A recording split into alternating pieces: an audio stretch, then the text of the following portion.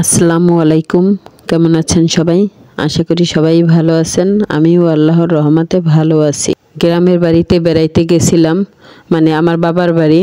তো সেখান থেকে বেড়াইয়া আমি আবার বরিশালে আসছি কালকে। তো আজকে রান্না করব, এখন চিংড়ি মাছ বোনা করব। আর আমার হাজবেন্ডও একটু দূরে গেছে তার কাজের জন্য, দুপুরে বাসায় খাবে না। তো আমরা মাইজি খাবো, তার জন্য চিংড়ি মাছ বোনা করব। আমি রাইস কুকারে পানি দিয়েছি গরম হওয়ার জন্য, আর এখন আমি চালটা ধুয়ে দিচ্ছি, ভাত বসাই দেব। আর আমার হাজবেন্ড রাত্রে খাবে, উনি রাত্রে বাসায় আসবে, দুপুরে খাবে না, দুপুরে বাহিরে খাবে। তো যাই হোক, চিংড়ি মাছ দিয়ে এখন লাউ বসিয়ে দেব।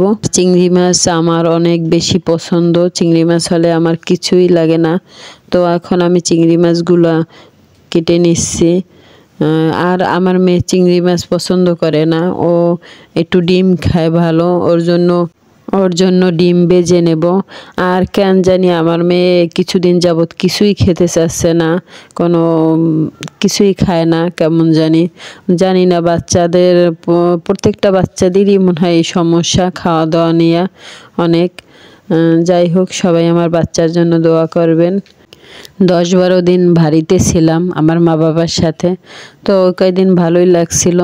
তো কালকে আমার হাজবেন্ড যাইয়া আমাকে নিয়ে আসছে, তো বাসায় চলে এসেছি। আমার হাজবেন্ড রান্না বান্না করে খেতে পারে না, তার কষ্ট হয়, তার জন্য চলে এসেছি তার সাথে।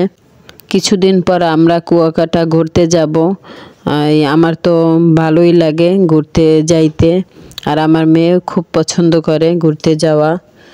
আর বাচ্চাদেরকে নিয়ে দূরে কোথাও যাওয়া হয় না, তাই বরিশালের মধ্যেই কাছাকাছি যাই। যে আমার মেয়ে গাড়িতে উঠতে পারে না, সে বমি করে, মাথা ঘুরায়, ও কোনো গাড়িতে চড়তে পারে না।